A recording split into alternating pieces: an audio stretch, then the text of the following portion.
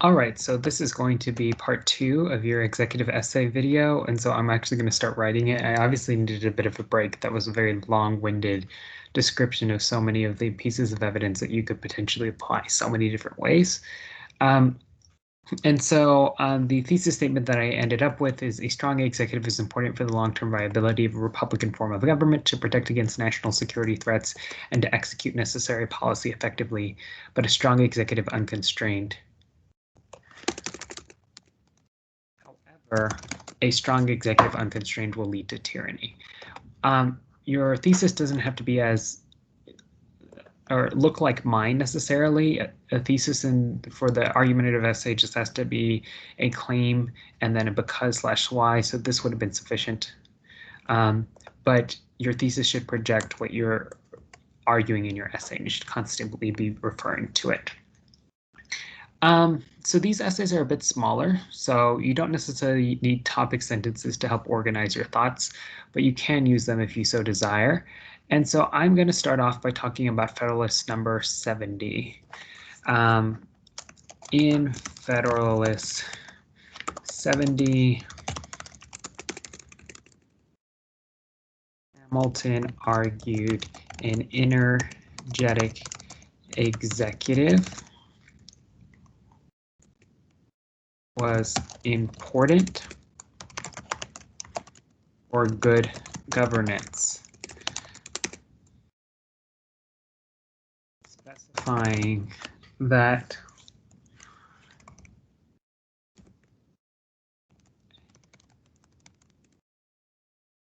a strong single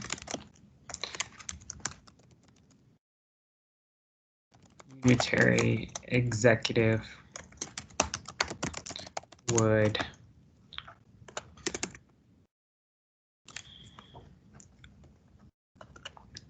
let me do a yet statement, or not a yet statement, although like set up a counter argument. Hamilton conceded a strong, and if you want to see where specifically this language comes from, right? And I'm paraphrasing the language. You don't have to paraphrase the argument as as I'm doing it, but it certainly would impress the graders if you could, right? So in Federalist 70, Hamilton argued an energetic executive was important for good governance, although Hamilton conceded a strong unitary executive was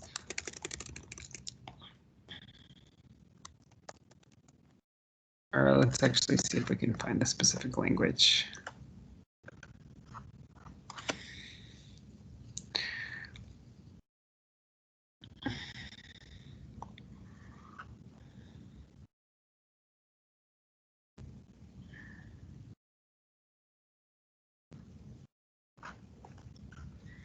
In Federalist 70, Hamilton argued an energetic executive was important for good governance, although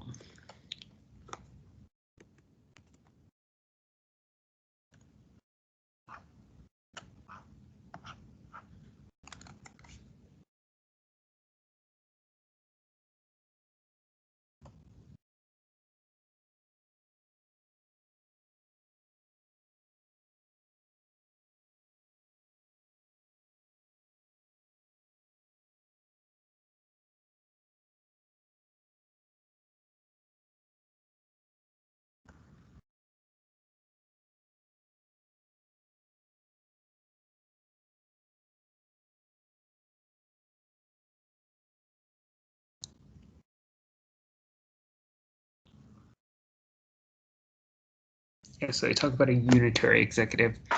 What does he concede? Like potentially they trade off.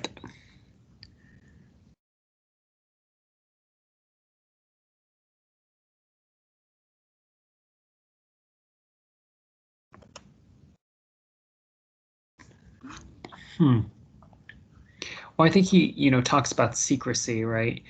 He says the unity conducive of energy will not be suited. Decision, activity, secrecy, and dispatch will generally characterize the proceedings of one man in a more eminent degree than the proceedings of any great number. And in proportion as the numbers increase, these qualities will be diminished. Right. So I wouldn't use the word conceded because it perhaps suggests that it's a negative attribute, even though I would imagine Hamilton would see potentially the trade-offs. But I think Hamilton argues a strong unitary executive would be, unitary mean one, would be more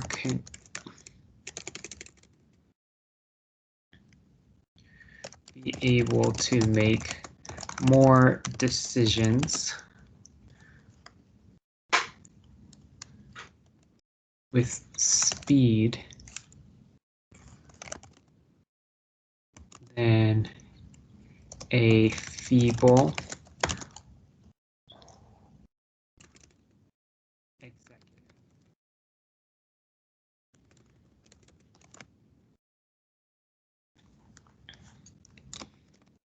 Hamilton also made the point that a strong executive is needed for protection against foreign enemies, for example.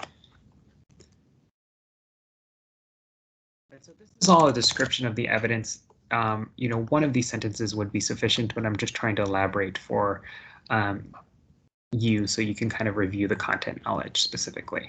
But then I also have to connect it to my thesis, right, a little bit. And I kind of do in some ways. So in blue, I'm going to put the description. In green, I'm going to try to bring it back to my thesis. So a strong executive is important for the long-term viability to protect against national security threats and to execute necessary policy effectively, right? So we see this element right here is needed for protection against foreign threats, right? National security threats specifically. I also wanted to elaborate a little bit more to kind of connect more to the thesis. And I can talk potentially about, no, let me, hold on, take this. I could talk potentially about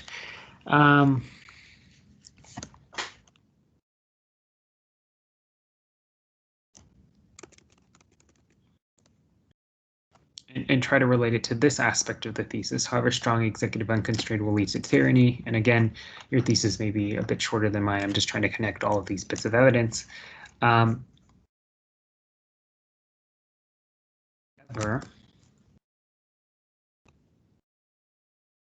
Although a strong executive is essential for protecting against foreign threats and proper execution of the law,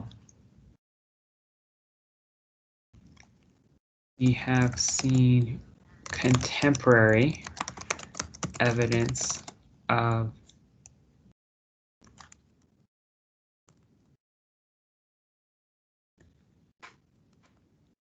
executive, let me think of a word. Is malfeasance the appropriate word I'm looking for? I don't think malfeasance would be.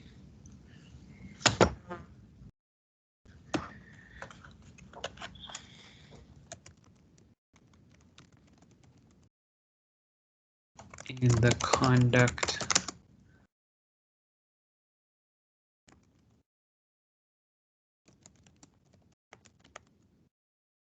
as of two lax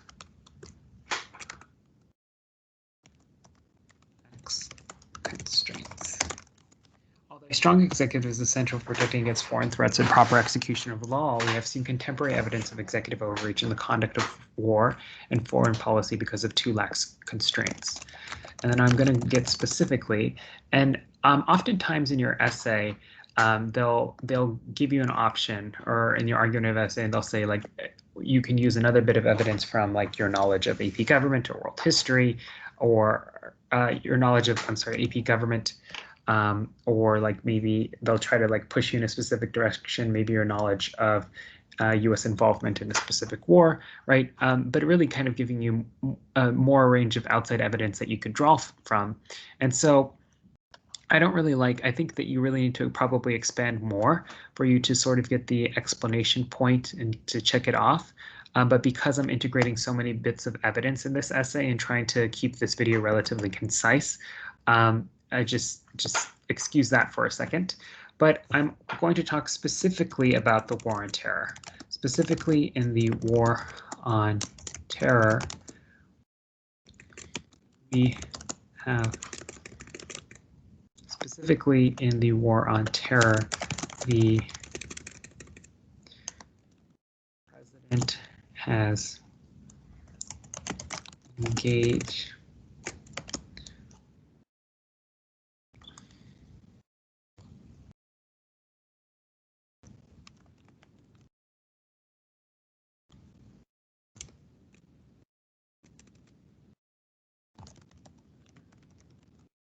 harsh interrogation programs that amount to torture. Specifically, in the War on Terror, the Bush administration kickstarted harsh interrogation programs that amounted to torture. Specifically in the Bush administration, the Bush administration kickstarted harsh interrogation programs that amounted to torture, and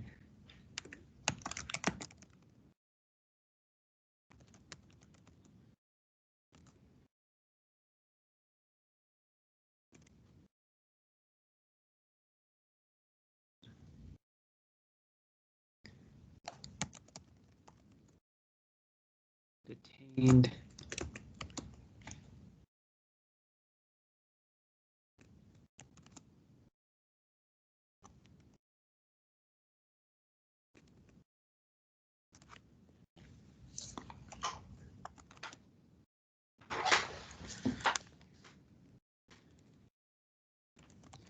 handed over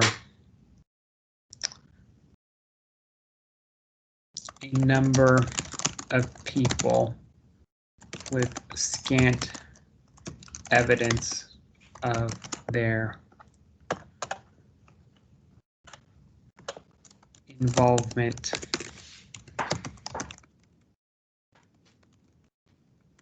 in terroristic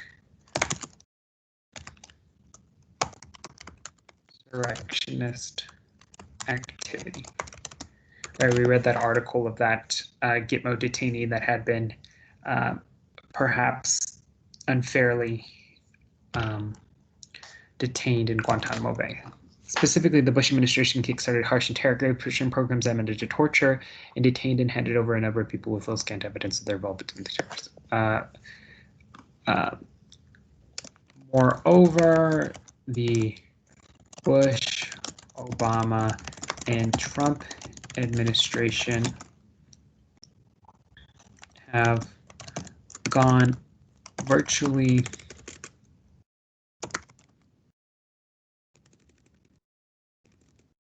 have committed American troops to hostilities throughout the Middle East without renewed congressional authorization and with vague. So specifically, the Bush administration kickstarted harsh interrogation programs that amounted to torture. Moreover, the Bush, Obama, and Trump administration have committed American troops to hostilities throughout the Middle East, throughout the world, especially in the Middle East, without substantive pushback from Congress. Although these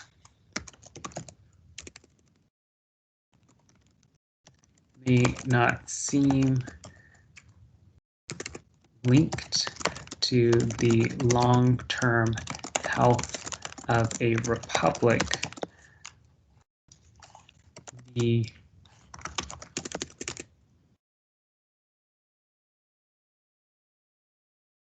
increasing power of an executive branch in the domain of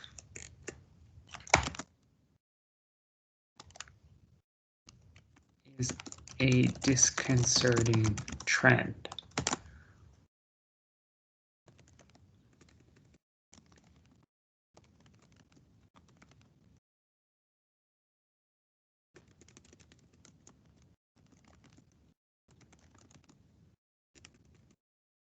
War conduct has internal effects on the United States. On United States politics, and in particular, the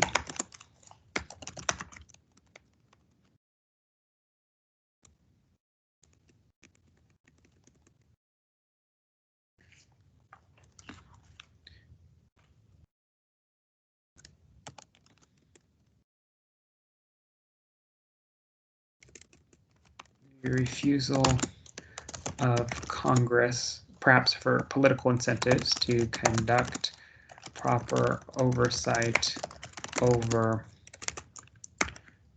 the conduct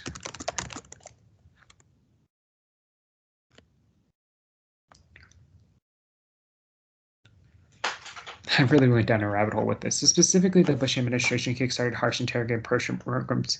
Although these trends may not seem linked to long-term health of the republic, the increasing power of the executive branch in the domain of war is a disconcerting trend. War conduct has internal effects on American politics, and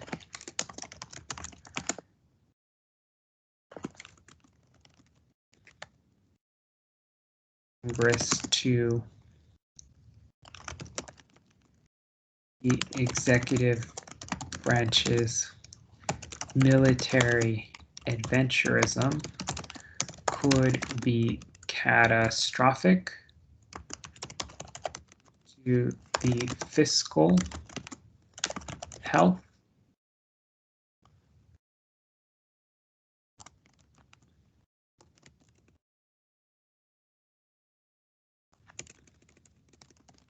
and economic health of the United States.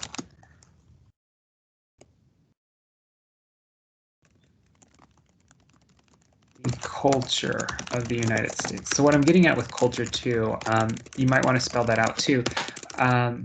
And go on, you can go on and on and on. But with culture too, we have a very militaristic culture. So maybe I can make an argument that we're not making substantive investments in the United States, right? We've committed so much money and time to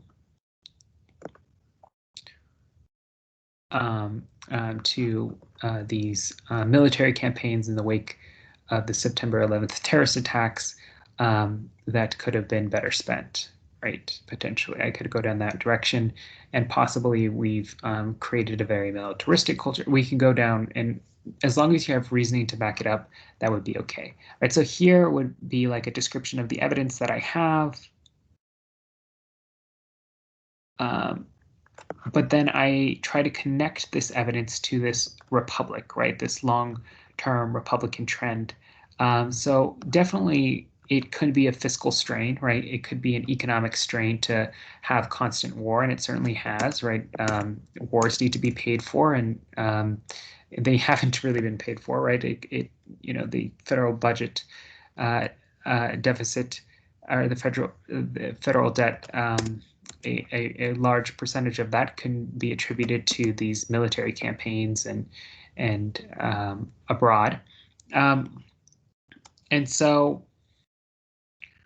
But I make that link explicit, right? So this description would be okay, assuming it said, or there was an opening in the prompt itself, which I don't give you here, that you can talk about sort of your knowledge about the ways in which the executive branch has conducted war, your knowledge about executive power generally, or an AP government concept, or concept in politics, and you can talk about these things, right?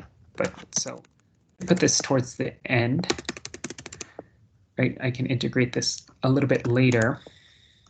So now I want to talk about the Constitution, and so I could specifically talk about a range of things in the Constitution. So I'm going to talk about Article 2 powers in the Constitution, and I'm going to say something along the lines of maybe a different thread. Should I try to keep these like integrated together for stylistic points? Perhaps, but they're not going to grade you for stylistic points, but maybe I'm going to try to kind of make these flow, but don't stress if you can't make these flow.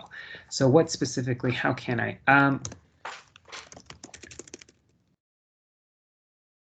The elements, so I'm going to cite my second piece of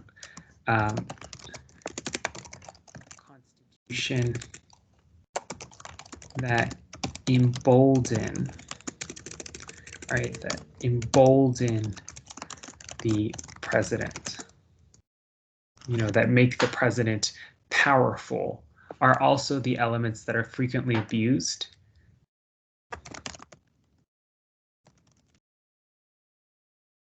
of the Constitution that are most prone to abuse.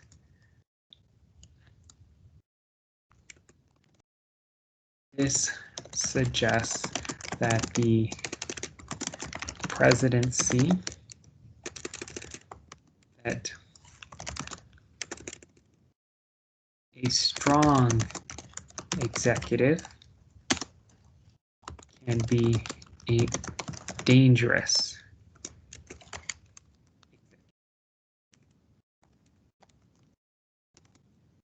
the elements of the Constitution that embolden the president.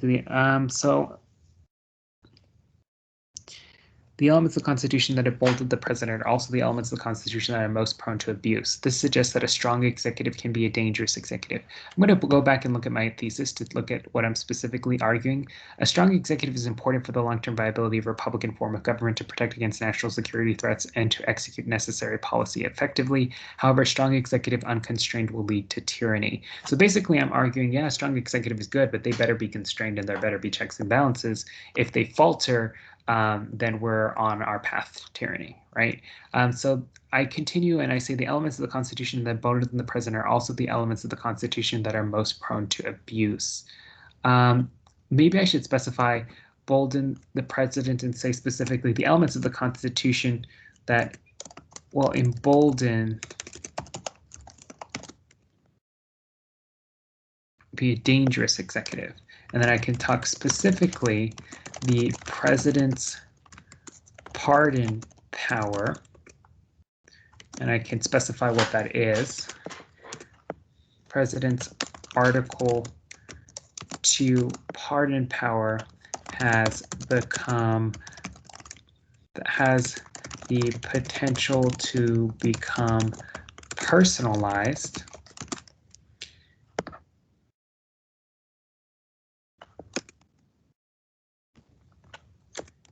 because it is viewed as quite expansive, has the potential to become a tool for avoiding accountability for improper or even illegal acts by granting pardons or commutations to co-conspirators. Although the idea behind granting the power was to provide relief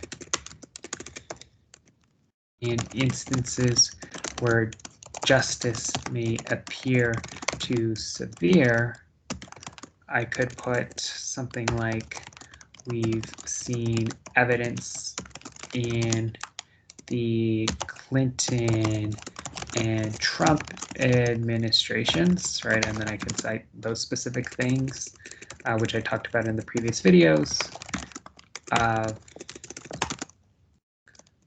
Pardons that at the least raised alarm because of their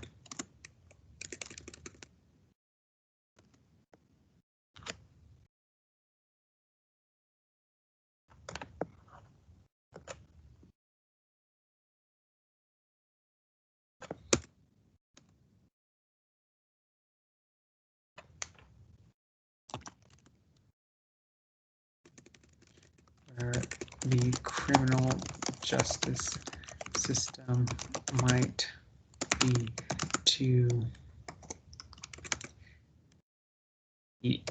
inhumane, or in instances where national healing is desired. We see the evidence in the Clinton and Trump administrations of pardons that, at the least, raised alarm.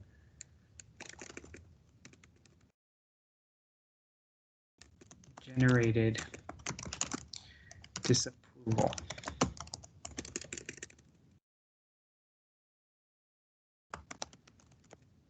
Generated anger. Right.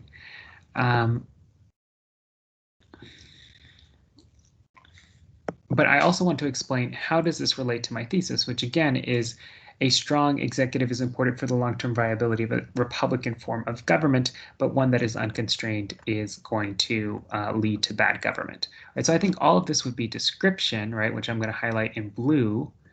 But then the area where I connected back, right, if the pardon power is allowed to, if abuses of the pardon power become normalized, as they can in a system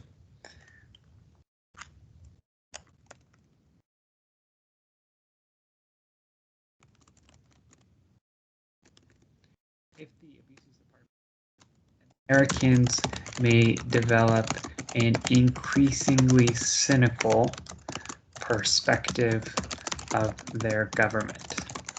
That cynicism can generate disdain for their government and result in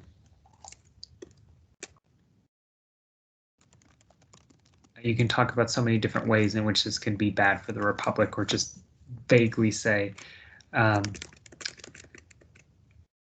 putting into question the long-term health of the Republic. Right, and so we've seen cynical politics before, right? Cynical politics can breed an ugly type. Those are the worst, an ugly type of reaction from people. You know, conspiratorial politics as well. I mean, we've seen evidence of that. But you know, you have to make this link. You have to make this connection explicit, right, to the thesis statement that you're building. Your thesis statement may just be something simple as like a strong executive is important. It may not be as nuanced as my thesis statement, but I'm trying to integrate as much evidence as possible. Right. So another bit of evidence that I could choose from the Constitution is I could talk about the elements of the Constitution that I could talk about Article 2, right? So I could have talked about Article 2 before I introduced the Bush administration. And so maybe I can do that here, right, later, right, and talk about, moreover, arenas in which, or I could talk about Federalist 51, right? Federalist 51, where ambition meant to counteract ambition. Federalist 51 articulates the genius of the way the American government is structured. Specifically, Federalist 51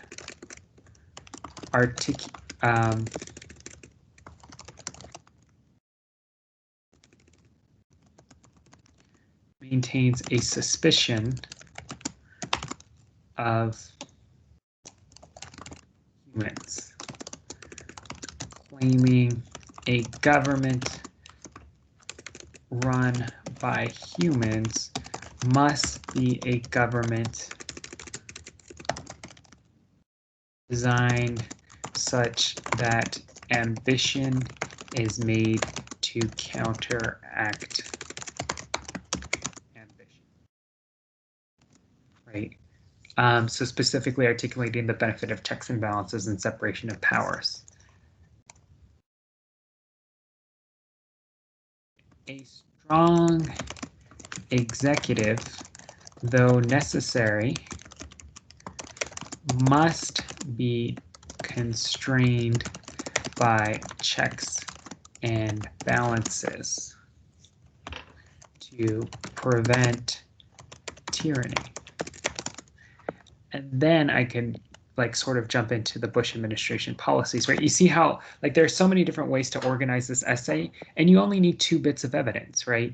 You could have ended right there at the discussion of the pardon power. You didn't even have to elaborate specifically about what you necessarily meant. You could have just talked generally about maybe improper pardons that you might have observed in the news or heard about. Like the Manafort pardon, or the Manafort's actually a Georgetown grad, and so who was the other one that got the pardon? Steve Bannon, were both Georgetown graduates, received pardons, and they probably engaged in conduct engaged in potentially. Well, Manafort was convicted, engaged in illegal conduct. Was Manafort commuted? I don't remember. But anyways, I think Manafort's sentence was commuted and Bannon was pardoned. But we can see the relationship between these sort of elements.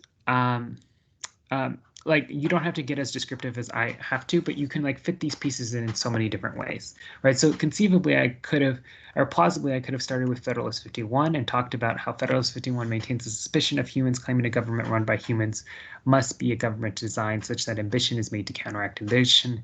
A strong executive, though necessary, must be constrained by checks and balances to prevent tyranny. So I describe this, what's in this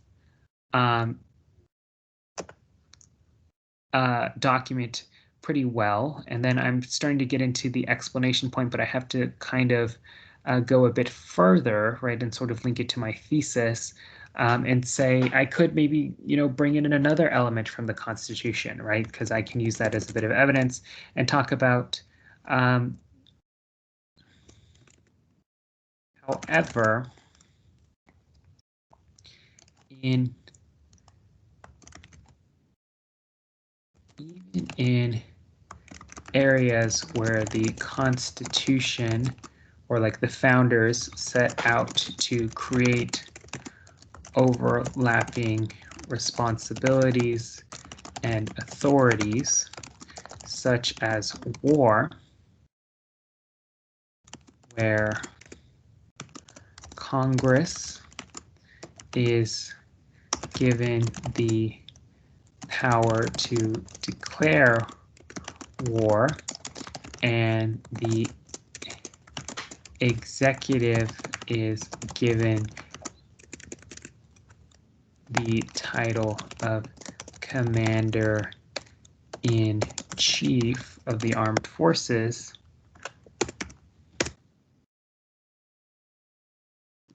we've seen increasing trends towards we've seen throughout our history that the president has committed U.S. forces to hostilities, or at least imminent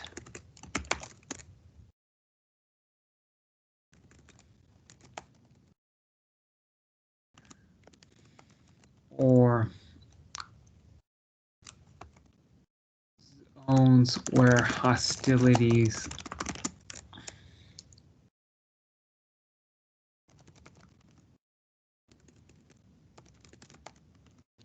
without significant pushback from Congress, right? Of course, there are some instances where there is pushback from Congress with the War Powers Resolution specifically, but we don't necessarily need to go into or get into the weeds of that. So, however, even in arenas where the Constitution set out to create overlapping responsibilities and authorities, such as war, where Congress is given the ability to declare war and the executive is given the title of Commander-in-Chief, we've seen throughout history that the president has committed U.S. forces to hostilities without significant pushback from Congress.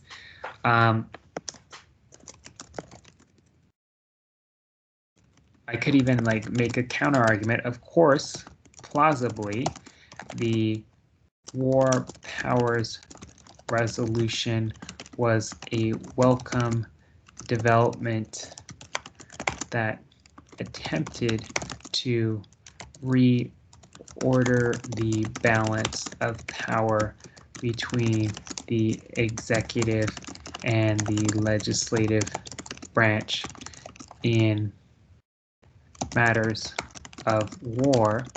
It has been weakly enforced by Congress and derided as unconstitutional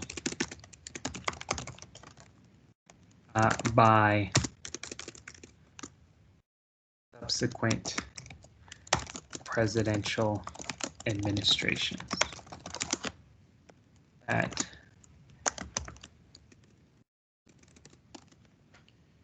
okay.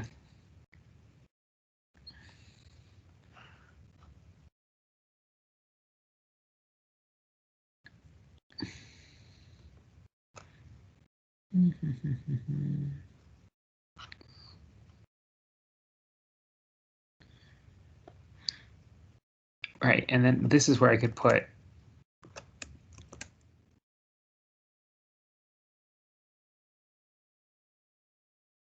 right, and see how like I can create even more complex argument, right? So this whole like blue and green stuff where you have like the blue area represents like the description of the evidence and the green represents its connection to the thesis, right? When you're actually in college, and right, this is more college essay because I'm trying to integrate as much evidence as possible for your review. You know, your explanation, you can introduce several different layers of evidence, and then your explanation of how it connects to your thesis might appear a bit later. It doesn't necessarily have to appear right away, but you see how I can piece this together in several different ways. I want to finally run through a counter argument for a little bit, although it does seem like my argument is very nuanced and there's probably no counter argument as possible. And I might say, although some have argued, right? So talk about a thesis that some other people have presented.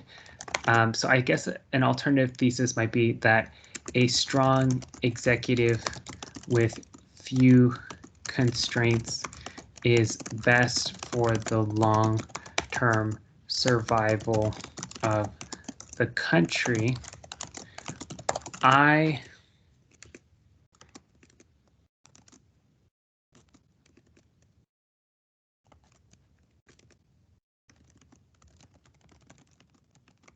the executive in an few constraints on the executive is effectively a monarchy, right? I might get a little bit dramatic, but I also want to describe what sort of evidence would they use for this, right? And I might describe perhaps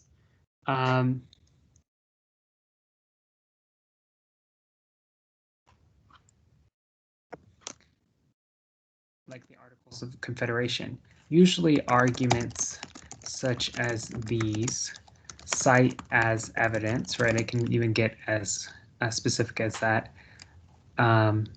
Instances of great national crisis, such as Shays' Rebellion, which was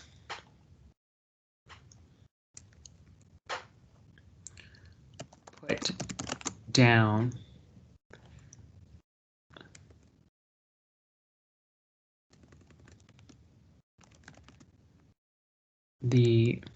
significantly the weakened national government failed to put down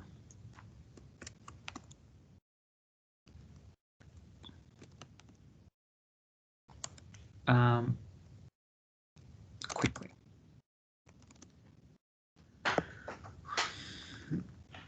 Had trouble putting down.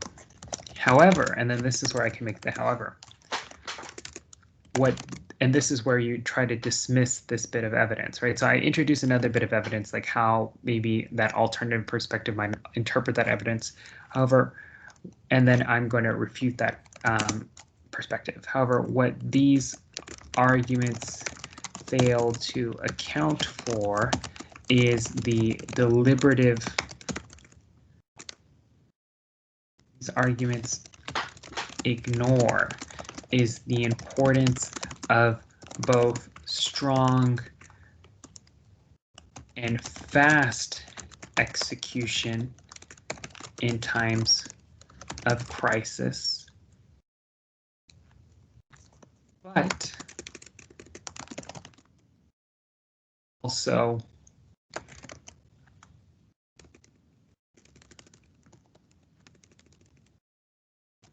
deliberation and limits in order to avoid catastrophic blunder. However, what these arguments ignore is the importance of both strong and fast execution in times of crisis, but deliberation and limits in order to avoid catastrophic blunder. And I can actually give like specific examples. Perhaps I can talk about the war on terrorism again, specifically the tensions, or I can cite Federalist 51, embedded in our constitutional system are designed to get the greatest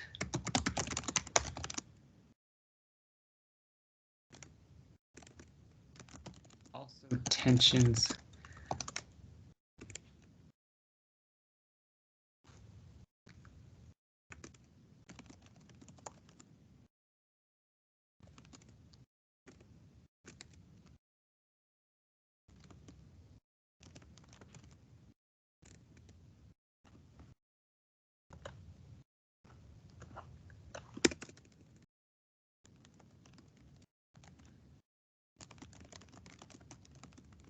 they are also assets. Specifically, the tensions embedded in our constitutional system are not just tensions, they are also assets. The deliberative, slow-moving nature of Congress is important and should attempt the power to restrain a president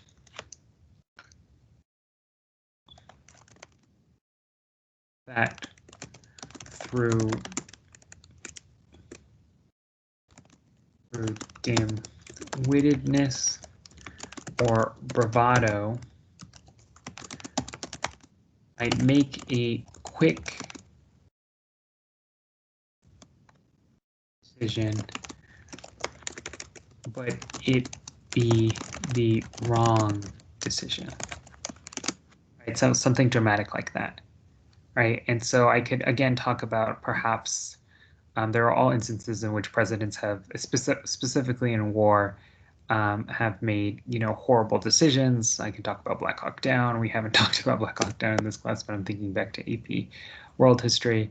I hope this really is just inspiring to you guys, and you're seeing the different ways and the different arguments that you potentially build, and the ways in which you can build a counter argument. Your essay is not going to look this complete or this complicated. You're going to have 40 minutes to write your essay, but I just want to show you there's different ways to apply these different bits of evidence. Okay, I'm going to leave you with that.